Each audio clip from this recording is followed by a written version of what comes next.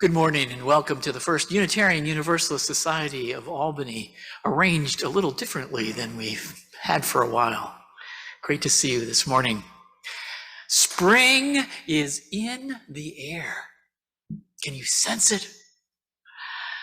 Those who came in person may have come up the front steps and seen that we have daffodils out front here.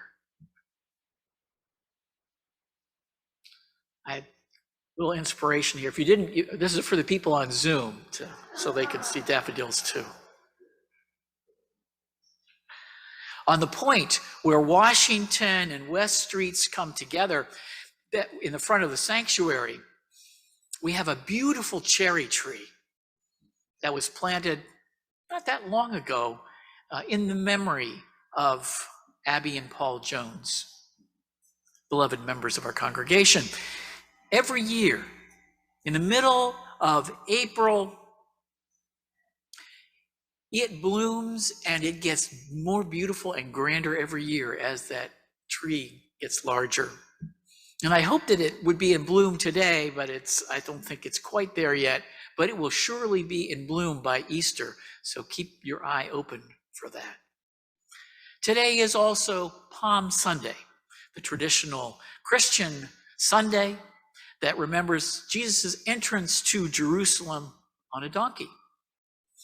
Palms were spread before him as people sang songs of tribute to him, as if he were a dignitary entering the city on a fine horse. Today, we might have called that guerrilla theater. Yet underneath the parody was a kind of grief. Our first song that we'll sing will introduce you to that part of the story.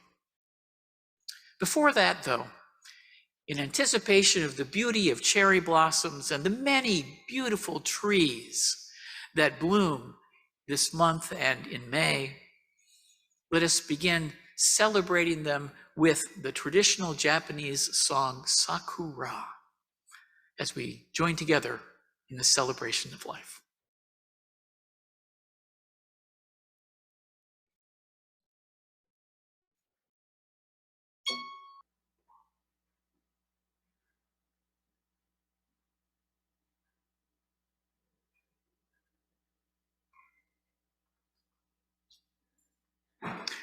Two readings for you this morning.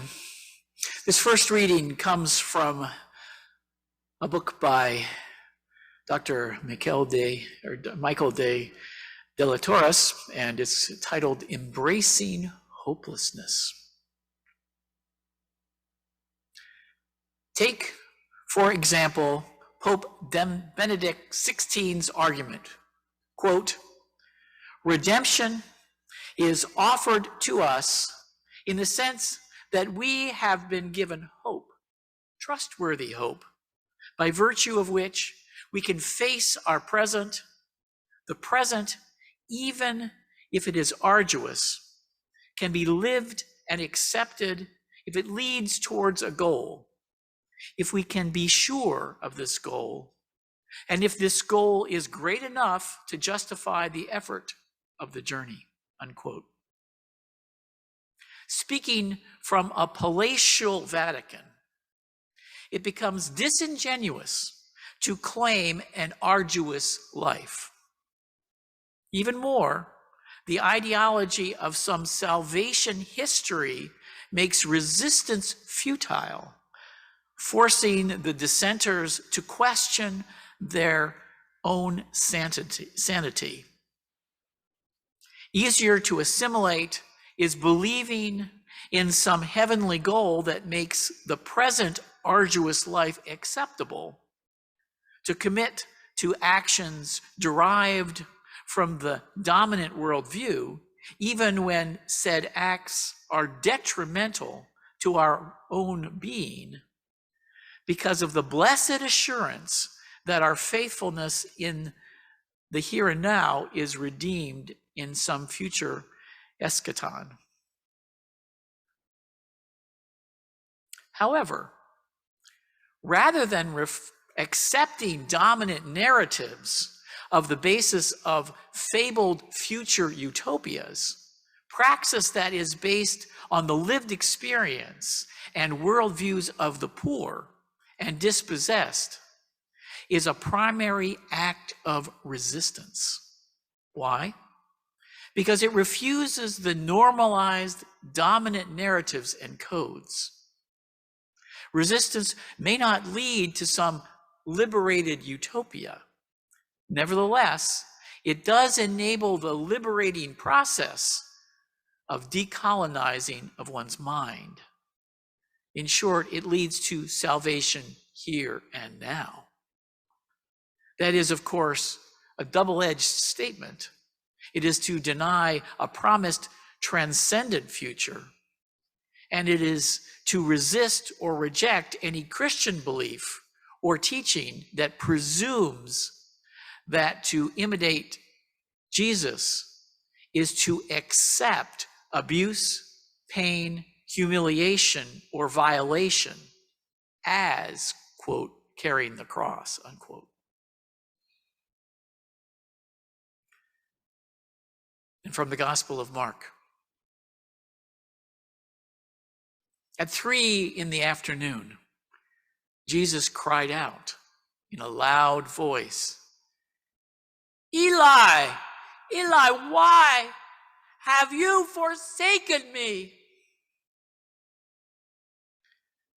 When some of those standing near heard this, they said, "Listen, he's calling Elijah." Someone ran, filled a sponge with wine vinegar, put it on a staff, and offered it to Jesus to drink. "Leave him alone now. Let's see if Elijah comes to take him down," he said. With a loud cry, Jesus breathed his last.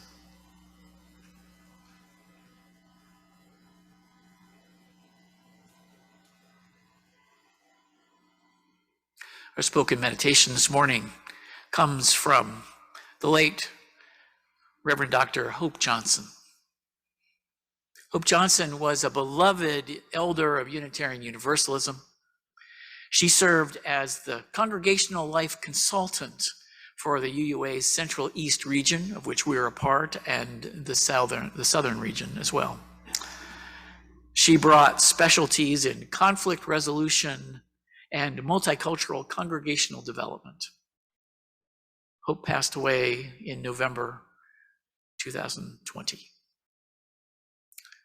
Let us turn inward to receive her words, spoken at the 2013 UUA General Assembly.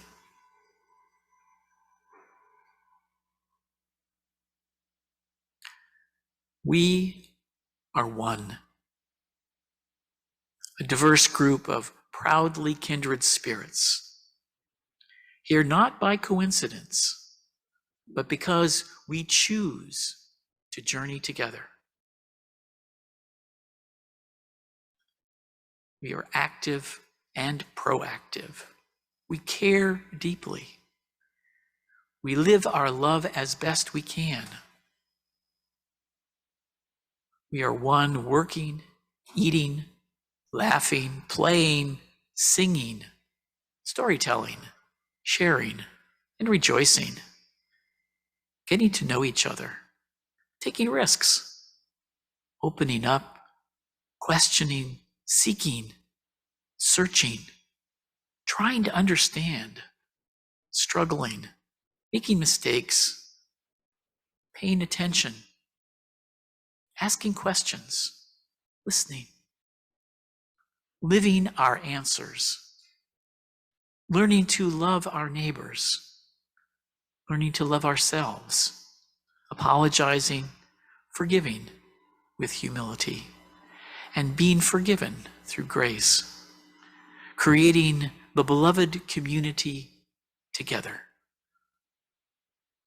We are one. Let's take these words and our own thoughts and reflections into a time of silence.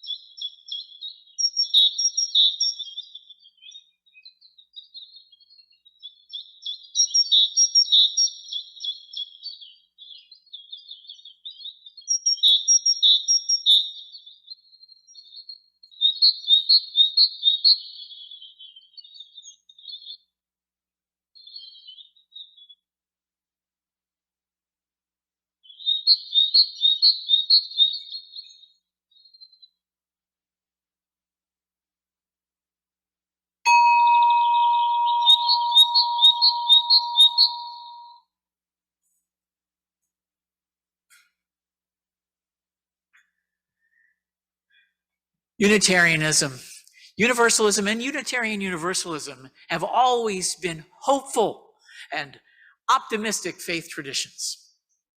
This was especially true after the Civil War, with the abolition of slavery.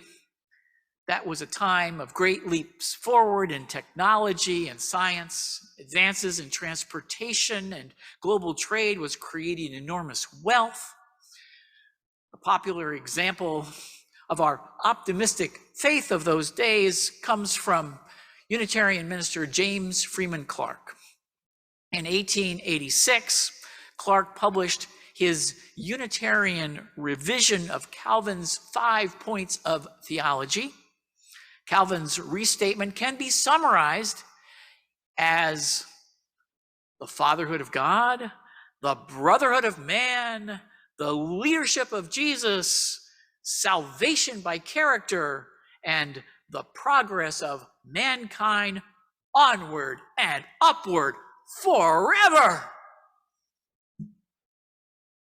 Many 19th century churches enthusiastically adopted those 5 points as their core belief statement, even reciting it on Sunday morning.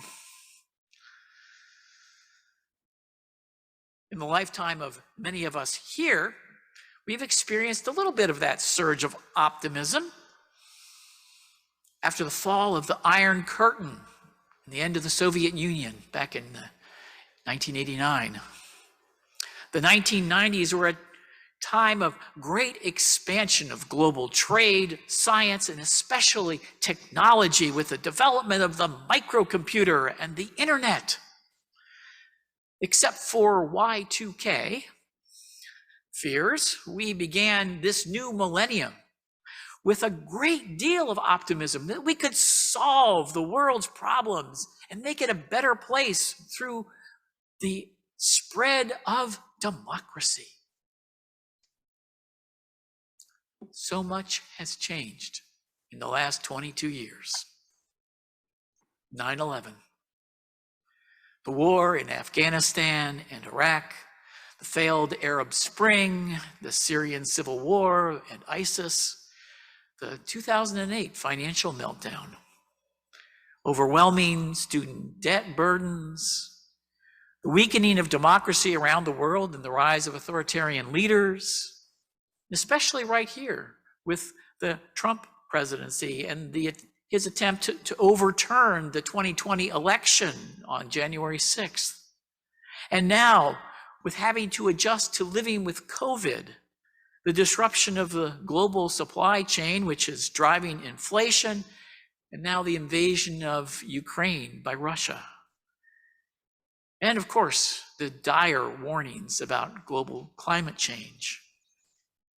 We are not living in times that inspire onward and upward forever thinking. The cumulative effects of the troubles of the world and the increasing polarization fed by social media is making it increasingly difficult to be hopeful about the future of humanity right now. At the beginning of my sabbatical in February, I attended a COVID-delayed Unitarian Universalist Ministers Association convocation that was held out in San Diego. I value attending UU ministerial continuing education events like this one because it gives me a chance to hear what my colleagues are thinking about and what they are reading and how they're interpreting and adapting to the times. And I keep careful notes of books and resources and authors that are mentioned. The president of our Meadville Lombard Seminary in Chicago, Dr. Elias Ortega, spoke during one of the presentations and mentioned this social ethics scholar who teaches at Iliff School in Colorado by the name of Dr. Torres. Torres is a Cuban American, bilingual, and deeply engaged with the world south of the US border and developing nations around the world. What caught my attention was Dr. Ortega mentioning that Torres had written a book with a positive perspective on hopelessness as a response to the state of the world. Googling him, I found a couple of YouTube videos, as well as a sermon that he did at our congregation in Tulsa on hopelessness. Well, he drew me in with what I saw on YouTube and his book, Embracing Hopelessness. Before I begin opening up some of his ideas, a word of caution. There is a medical dimension to hopelessness that needs to be addressed. Hopelessness correlates with depression, despair, grief, and suicide. It isn't clear if hopelessness leads to those conditions or if they are symptomatic of them. We also know that denial can be a very powerful capacity that shields us, shields our minds from the harmful effects of hopelessness. One can experience hopelessness about the aging process, which can't be avoided, then in the next moment live as if we are going to live forever. The power of our minds to compartmentalize is very strong. The hopelessness that Dr. Torres focuses on is the lived experience of the marginalized and the oppressed. Torres started developing his theology of hopelessness in 2006 after taking a group of white students to visit a squatter village in Mexico to learn from the poor. He writes, "During our outing, we spoke with many families living in horrific conditions. That evening, as we processed the day's activities, one student, struggling with what she had witnessed, shared that in spite of the miserable conditions of which these people lived, she still saw hope in the eyes of the little girls." Hope, Torres continues, is a middle-class privilege, soothes the conscience of those complicit with oppressive structures, lulling them to do nothing except look forward to a salvific future where every wrong will be righted and every tear will be wiped away. Hope is possible when privilege allows for a future. For so many from minoritized communities, where surviving into adulthood is itself a challenge, and where skin pigmentation ensures lack of opportunities to wealth and health, hope runs in short supply. My immediate response was to explain that this same little girl in whose eyes my students saw hope would more than likely be selling her body in a few years to put food on the table or be trapped in an abusive marriage. In that moment, among the disenfranchised, the dispossessed, the least of the least, I discovered an ethos where hope is not apparent. Rather, it is imposed by those who might be endangered if the marginalized were instead to act. Throughout his book, Dr. Torres makes a strong case for the futility of hope for the vast majority of those living on the planet. The worldwide interlocking systems of white supremacy, colonialism, resource extraction, wage slavery, and oppression aren't going to be dismantled anytime soon, if ever. Reasoned expectations for liberating social change as a foundation for action are practically non-existent. Hope, he argues, is a luxury of the privileged who have all the reins of power at their disposal.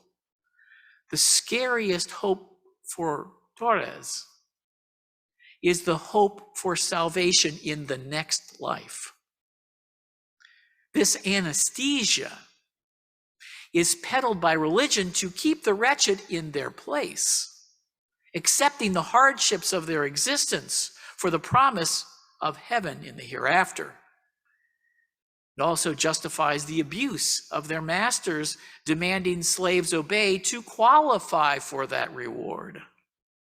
The privileged elite can detach from the slave's well-being, knowing whether they suffer in this life or not isn't of great importance.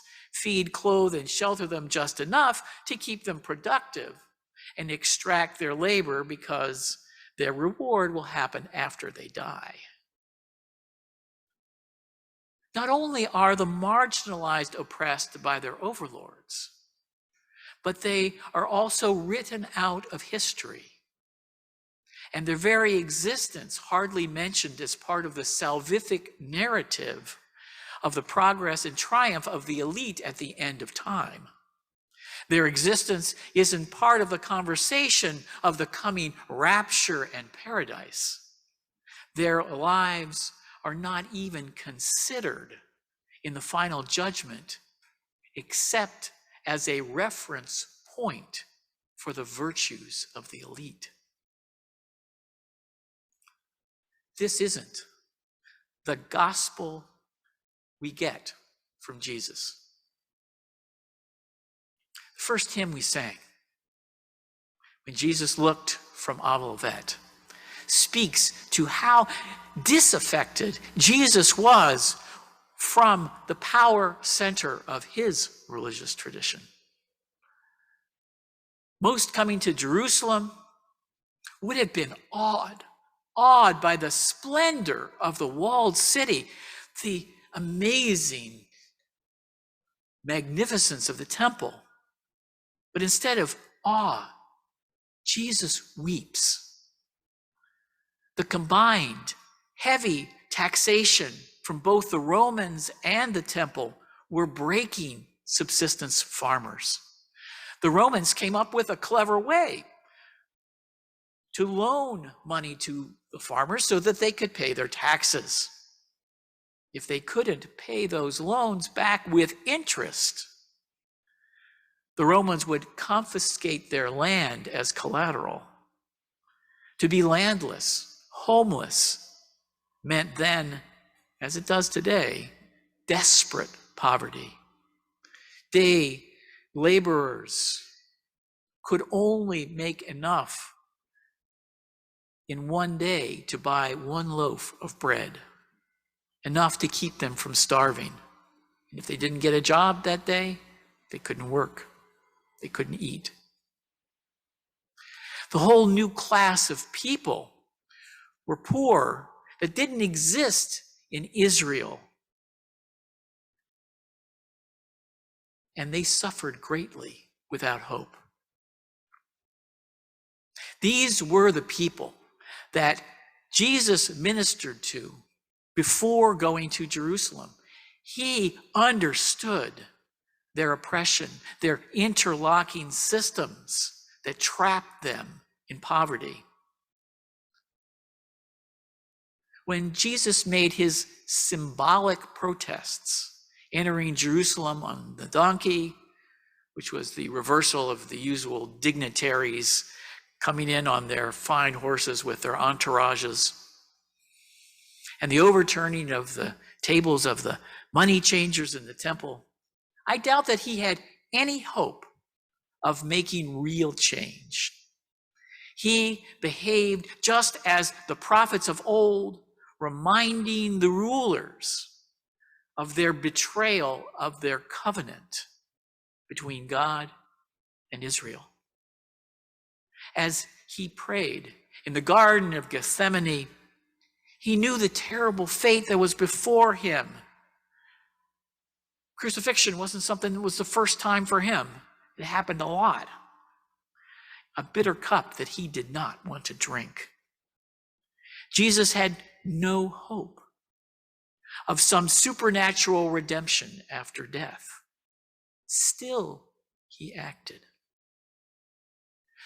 The critical part of this story I highlight this morning is Jesus had no hope. He knew the futility of his actions, yet he acted anyway. He did what he believed was right and recognized he very well may pay with his life for those actions. And here is the core of my message for you today. The actions we need to take in the world cannot be conditioned on our hope for some salvific outcome. There are times that we just need to step forward and do what is right without consideration for the outcomes. It isn't a rational cost-benefit calculation. This action comes from a different place, from the core of our values, our core commitments, and from an even deeper place.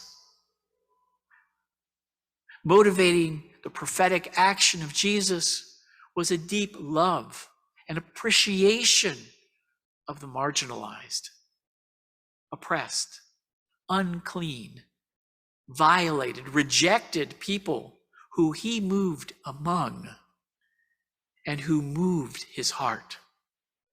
He came to Jerusalem to bring their voices to the halls of power so that they could be heard. Jesus acted from love, not from hope. There are so many forces today working against hope for our future. I've been very discouraged watching the polarization of our country by the Trump presidency, the rise of authoritarian leadership around the world, the damaging effects of too many human beings living on this planet, and the damaging effects of climate change, which are piling up, and the hatred, the ethnic hatred, the religious hatred of groups around the world. And rather than sharing power peacefully through democracy, autocratic power is growing and undermining democratic principles.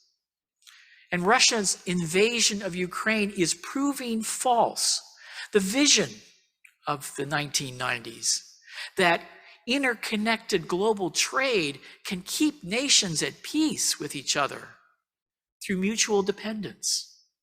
The trade blockade with Russia is revealing how deep our dependence is on fossil fuels to feed ourselves, to feed the world. We are not living in hopeful times, and worldwide suffering is likely to get worse. Living without hope, however, does not mean abandoning meaningful action. Far from it. Action becomes even more important as a response. Rather than from hope, however, it must come from our love and care for those who are oppressed and marginalized from each other. Those of us who are privileged and can get a U.S. passport need to know at a personal level what's going on in the world and have contact with the suffering, not to see hope in little girls' eyes, but rather to witness their suffering and recognize how our nation and our world is complicit in that suffering. We need to recognize at a heart level the humanity, the inherent worth and dignity of the oppressed, rather than pity them from a distance. Dr. Torres puts it this way: the choice to live a life committed to the gospel message of liberation, of salvation, is never based on some future reward in the hereafter. It is based on the meaning and purpose that praxis toward liberation gives to my life in the here and now. Following the example of Jesus' ultimate act of solidarity with the least of these, demonstrated by picking up the cross and following them to crucifixion, becomes the model to emulate. This is not easy, not pleasant, nor safe work. It is work most of us would not do by ourselves. But as a religious community, we can support and encourage each other to grow our capacity to love, our capacity to feel our own pain and the pain of others. If there is any redemption, any salvation to be found after this life, it will not be different from what we find in this life. Acting from love for the benefit of others is its own reward. Whether that's bringing a meal to someone recovering from surgery or helping a child learn to read at Sheridan Academy, or advocating for social change down Washington Avenue at the Capitol, our actions can make a positive difference. May we take inspiration this morning from Jesus, cultivating our capacity for love, and be willing to put our love and our faith in action. So be it.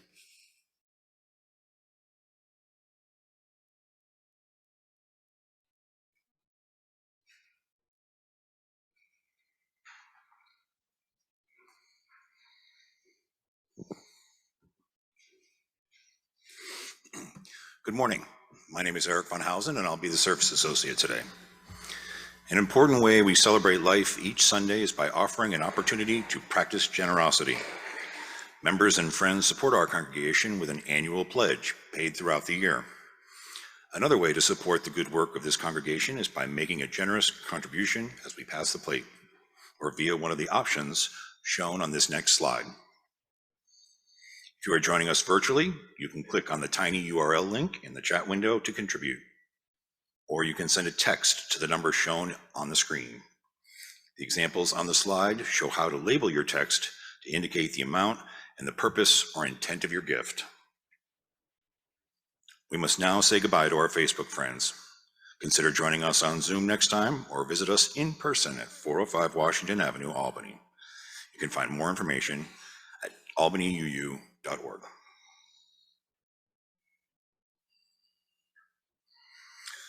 The offertory music today is I Know I Can, words by Dennis Hamilton, music by Jeannie Gagné, and arranged by Mark Front.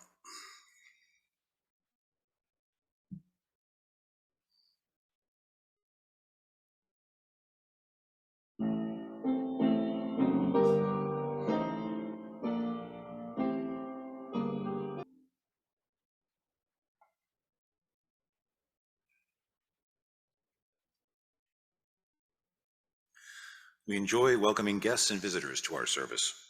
If you'd like to tell us who you are and where you're from, those here in Community Hall should stand and raise your hand.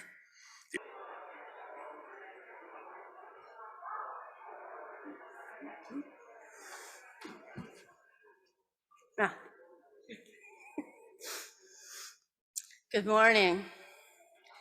I'm Patty Jo Newell, and one of my great pleasures as president of this congregation is this welcoming new members. And I'd like to invite the new members to come up here at this time to participate in this ceremony. And then first I will introduce them to you.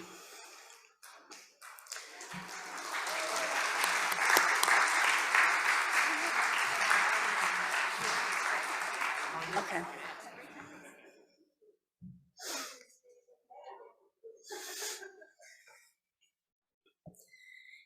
It may be possible that we have some on Zoom. I don't know if that's the case. No, okay, so we're all here. Great. Nelson Jacobs Moore. Nelson Jacobs Moore was born in New York City, having been a worship associate and choir member at 2 UU congregations in Florida. Nelson is here at Albany UU, serving as our sexton. Nelson also works as a customer service consultant for the Estee Lauder Group of companies.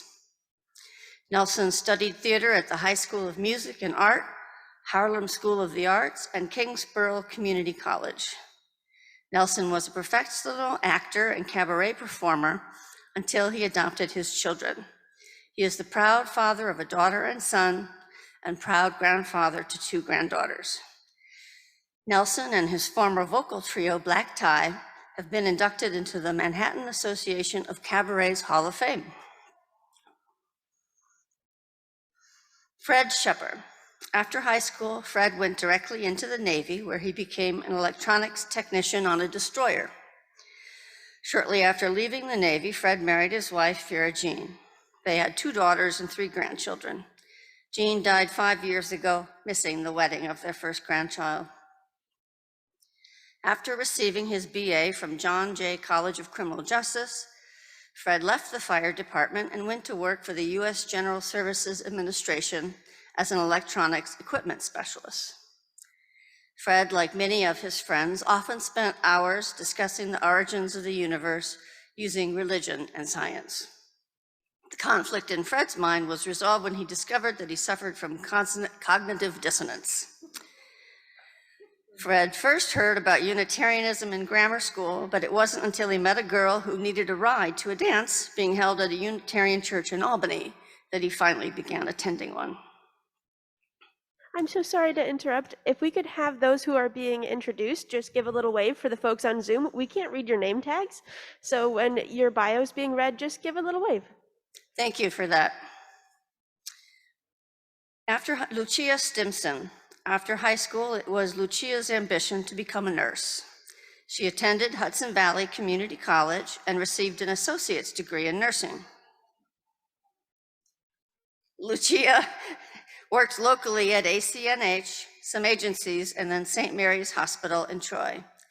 She worked with some of the most caring, gentle, and competent men and women nurses around. When Lucia was turned 65, just before the St. Peter's Hospital merger, she retired.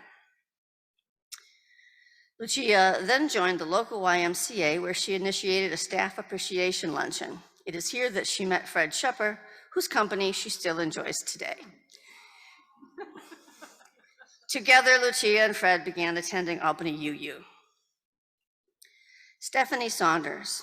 Stephanie grew up in the Capital Region and is pleased to return to the area with her family after nearly 2 decades living in Pennsylvania and New Jersey. She works as a state contracted program evaluator, enjoys spending time outdoors, and is an enthusiastic gardener. Stephanie found UU early in her adulthood. She and her husband, Kevin, are thankful to have a UU community in which to raise their daughter, Eleanor. Stephanie was an active member of her former congregation, serving on the Threshold and Adult Faith Development Committees and the board. Kevin Ye. Kevin has lived in Memphis, Tennessee, State College, PA, Cambridge, Massachusetts, Austin, Texas, Philadelphia, PA, Lawrenceville, New Jersey, Blue Bell, PA, and now Cohoes, New York. Kevin and his wife, Stephanie, met in Philadelphia, where, after she introduced him to the 7 principles, he became an instant convert to UU. Prior to coming to the Capital Region as a member of the UU congregation of Princeton, Kevin shared teaching responsibilities for the kindergarten first grade faith development class. He considers himself an atheist, but through explorations in these values and principles, has come to understand the need to embrace faith and spirituality as well. Sharing these values and principles with his 6-year-old daughter, Eleanor, is something he looks forward to at Albany UU. Eleanor Ye is in kindergarten at Albany Academy for Girls. She loves to play with her stuffies and make art. Many of her best friends are from her former UU community, and she is excited to make more here. Karen Strong. Karen has been in the Albany UU orbit for a long time, marrying her husband Todd in the sanctuary 20 years ago this June. They now have 2 teenage children, and Karen started coming to church regularly about 5 years ago when her daughter started RE. She decided to join the church after the rich discussions about community and race in the Parable of the Sower book group. She has been a conservation professional for 23 years and is now a consultant who works with organizations that conserve land, wildlife, and water. Karen is an active community volunteer and is currently the secretary of the Albany Water Board and board chair of the Radix Ecological Sustainability Center. Patience Bichette. Patience lives in Albany with her husband Josh, son Noah, 2 goofy labs, her soulmate Katie the kitty, and a hamster. She has a diverse background, including teaching, program coordination, and office management for a youth advocacy nonprofit. Currently, she splits her time between Delta Airlines at Albany International Airport and the Albany UU office, doing administrative assistant work. She has degrees in secondary education and history. She loves to travel and cares deeply about all living beings and likes to volunteer in the community. Luis Torres. Luis and his family were UUs in Rockland County, New York, before moving to this area last June for a job as an attorney with the New York State Department of Education. He grew up Catholic and spent his early life on Long Island, went to school in Wisconsin, and has also lived in the Boston and Washington, D.C. areas. He and his wife Hillary started attending a UU congregation about 16 years ago when they were first dating. They were then married there and now have 2 children, Michaela and Micah. Luis enjoys politics and World War II history, is passionate about clean energy and voting rights, usually traveling to purple states at presidential elections to act as a Board of Elections polling place volunteer. He also enjoys a good fire pit on a clear, crisp evening. Hillary Torres. Hillary is the daughter of an American Baptist minister and spent her early years in central New York, went to college in Potsdam, and then lived in the Hudson Valley. Hillary is a manager related to websites for Konica Minolta, where she has worked for more than 24 years. She was luckily able to keep her job despite the move and works remotely from home. She enjoys photography, nature, and living a low-waste lifestyle, and is looking forward to a variety of new projects as she and Luis are now in the process of buying a house. She, Luis, and the kids look forward to settling in and making their new house their more permanent home and making Albany UU their spiritual home. Danielle Schaff. Danielle was looking for a community of thinkers and searchers to provide herself and her 12-year-old Logan a safe, welcoming space. She found UU and has enjoyed being in the choir and finding ways to contribute to the local community. She has a career in learning and organizational development. Her hobbies include adventuring with Logan, creating art, and being in nature. And as always, we have a wonderful group of interesting, well-rounded, in-depth people to join to our congregation. And if you're wondering why people are doing little note-taking, they're thinking about volunteer opportunities in the future. If you'll all take the responsive reading, if you have that, it's on the flip side of your order of service. We all have different parts there, and you can join in when it's your turn. All of us, the congregation, we, the members of the First Unitarian Universalist Society of Albany, gratefully acknowledge your choice to join with us in our continuing religious life.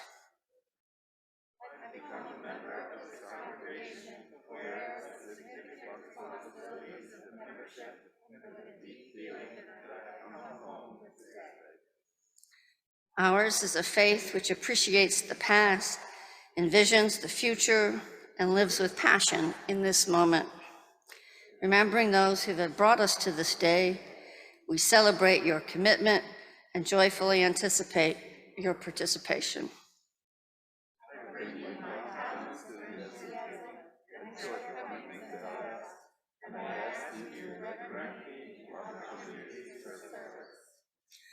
As an elected representative of this congregation, I welcome you into our membership. Affirmed one another and having renewed our best intentions, let us continue the noble work of seeking and speaking the truth in love and serving the greater good of our community and wider world.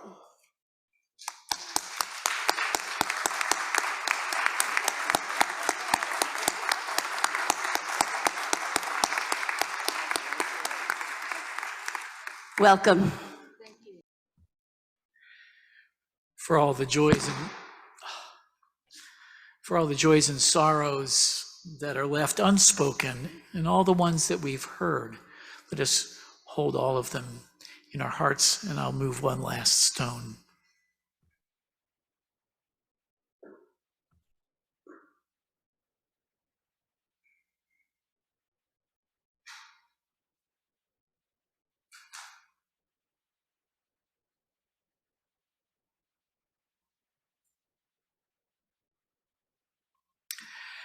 This prayer of affirmation comes from Joseph Cherry, and it's titled Prayer for Living Intention. If we have any hope of transforming the world and changing ourselves, we must be bold enough to step into our discomfort, brave enough to be clumsy there, loving enough to forgive ourselves and others.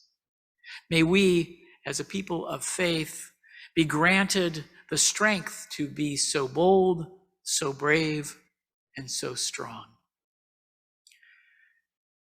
So be it, and let us sing together our closing hymn, which is With Heart and Mind. It's number 300 if you have your hymn book. And the words will be on the screen.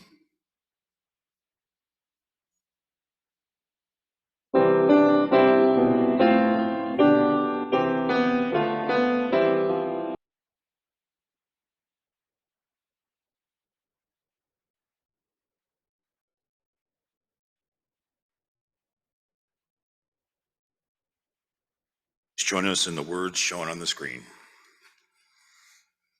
We extinguish this flame, but not the light of truth, the warmth of community, or the fire of commitment. These we carry on our hearts until we are together again.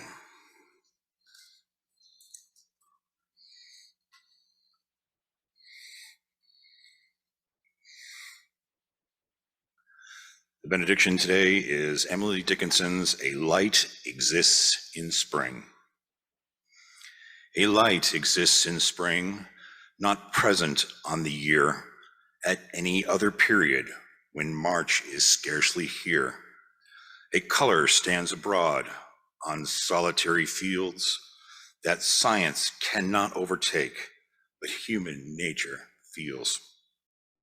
It waits upon the lawn.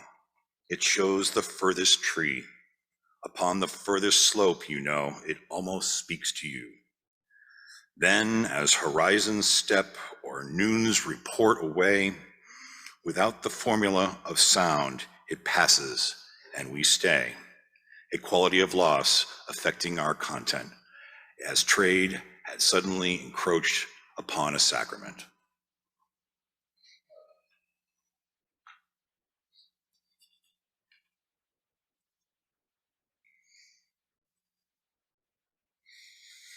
Our thanks today to musicians Elena Karpov, Randy Rosette, ushers Kristen Abbas, Jean Poppy, Don Dana, and Peggy Sherman. Pastoral care associates today, Annie Lipinski and Sandy Stone.